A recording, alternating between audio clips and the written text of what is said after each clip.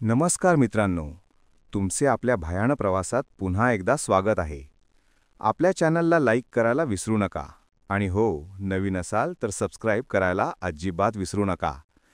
चला तर मग आपल्या भयाण प्रवासाला सुरुवात करूया. सागर नावाचा एक तरुण पुण्यातील एका खाजगी कंपनीत काम करत होता. रोजचा दिनक्रम, कामाचा ताण आणि एकसुरी आयुष्य ह्यामुळे तो खूपच थकला होता. दिवाळीच्या सुट्टीत थोडा बदल म्हणून त्याने कोकणातील आपल्या गावी जाण्याचा निर्णय घेतला. गावी जाण्याची कल्पनाच त्याला खूप आनंद देत होती. अनेक वर्षांनंतर तो गावी जाणार होता. बालपणीचे ते दिवस, समुद्रकिनारा, हिरवागार निसर्ग आणि लहानपणीचे मित्र यांची आठवण त्याच्या मनात उफाळून आली. त्याने रात्रीची बस पकडायचे ठरवले. बस रात्री 10:30ला पुण्याहून सुटणार होती आणि सकाळी सुमारे 5-5:30ला गावात पोहोचणार होती. त्याने आपले बॅग पॅक केले. काही कपडे, गिफ्ट्स आणि आवश्यक वस्तू घेऊन तो वेळेत बसस्टँडवर पोहोचला. स्टँडवर गर्दी होती. थंडीची झुळूक वाहत होती.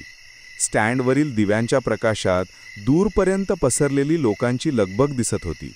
सागरने तिकीट काउंटरवरून आपले आरक्षण तपासले आणि एसएन ट्रॅव्हल्स या बसकडे गेला.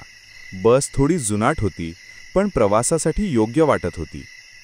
सीट क्रमांक 17. कंडक्टरने त्याला सीट दाखवली. सागर बसमध्ये बसला आणि कानात इयरफोन लावून मोबाईलवर हलकी गाणी ऐकू लागला. बस हळूहळू सुटली आणि शहराच्या लाईट्स मागे सरकू लागल्या. हळूहळू अंधार गडद होत गेला. सागरच्या बाजूच्या सीटवर कोणी नव्हते. रात्रीचा प्रवास शांतपणे चालू होता. सुमारे 1.5 तास प्रवासानंतर बस पुणे शहराच्या बाहेर पडली. आता रस्ता डोंगर दऱ्यांतून जात होता. दोन्ही बाजूंना झाडांची गर्दी होती. बसमध्ये सगळे प्रवासी शांत झोपलेले होते. कधी 1-2 लोक मोबाईलमध्ये काहीतरी बघत होते. सागर थोडा खिडकीकडे झुकून बाहेर पाहत होता. रात्रीचा काळाकुट्ट अंधार, डोंगरांचा हलका आकार आणि झाडांच्या सावल्यांमध्ये एक भयाण शांतता होती. अचानक बस एका लहानशा घाट रस्त्यावर आली. इथे मोबाईलचा नेटवर्कही जातो. बसच्या हेडलाईट्सच फक्त प्रकाश देत होत्या. समोरचा रस्ता ओसाड होता. ना एखादं घर, ना एखादी गाडी, फक्त दाट झाडी आणि अंधार. सागर अर्धवट झोपेत होता. तेवढ्यात बस अचानक थोडी झटका देत थांबली. तो दचकून जागा झाला. काय झालं? त्याने पुढच्या सीटवर बसलेल्या एका प्रवाशाला विचारलं. कळत नाही, बस थांबली आहे. तोही चकित होऊन म्हणाला. कंडक्टर खाली उतरला. काही मिनिटांनी तो परत आला. रस्त्यात एक बाई उभी आहे, तिला पण ह्याच दिशेने जायचंय म्हणून घेतोय, असे तो ड्रायव्हरला म्हणाला. बसचं दार उघडलं आणि एक बाई आत आली. ती बाई पूर्ण पांढऱ्या साडीमध्ये होती. चेहरा फिक्कट, केस विस्कटलेले.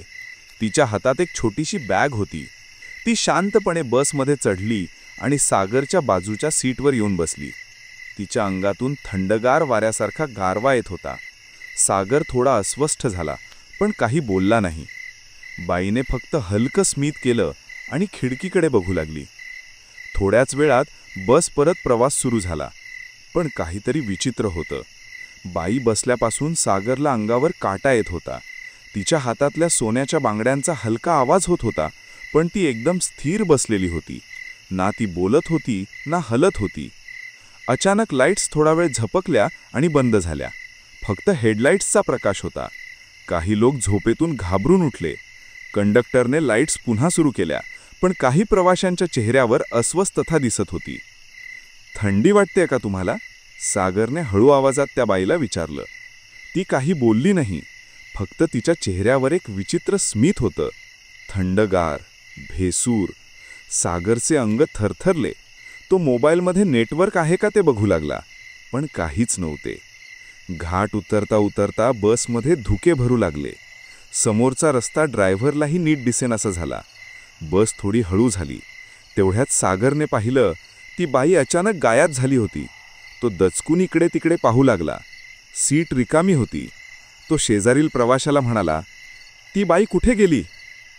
तो प्रवाशी म्हणाला, कुठली बाई? अगदी आत्ताच माझ्या शेजारी बसलेली.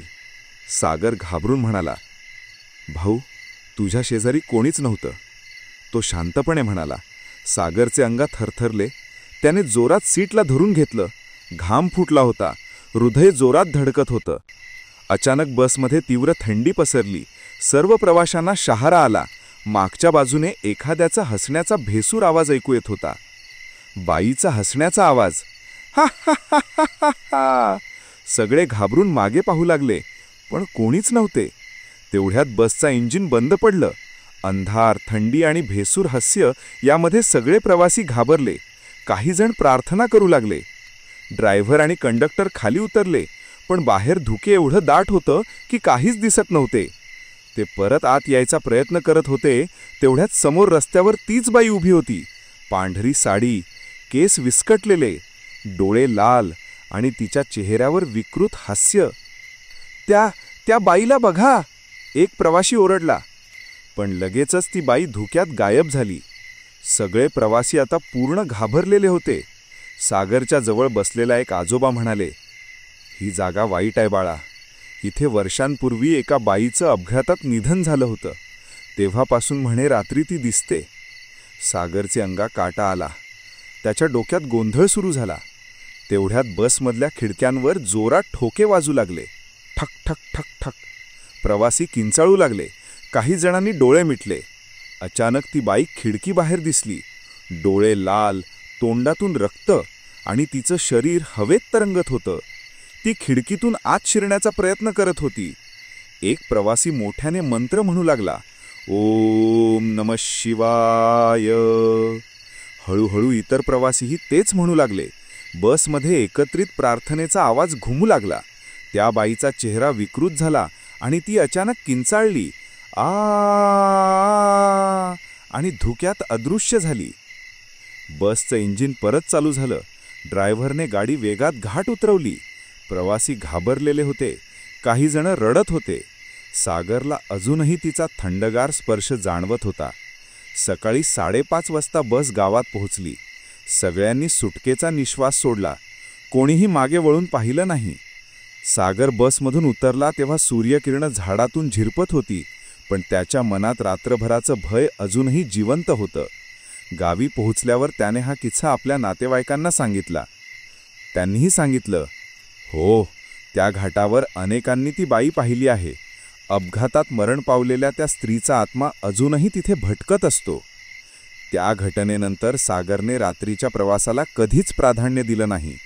त्या भेसूर चेहऱ्याची, थंडगार स्पर्शाची आणि हसण्याच्या आवाजाची आठवण त्याला वर्षानुवर्ष विसरता आली नाही.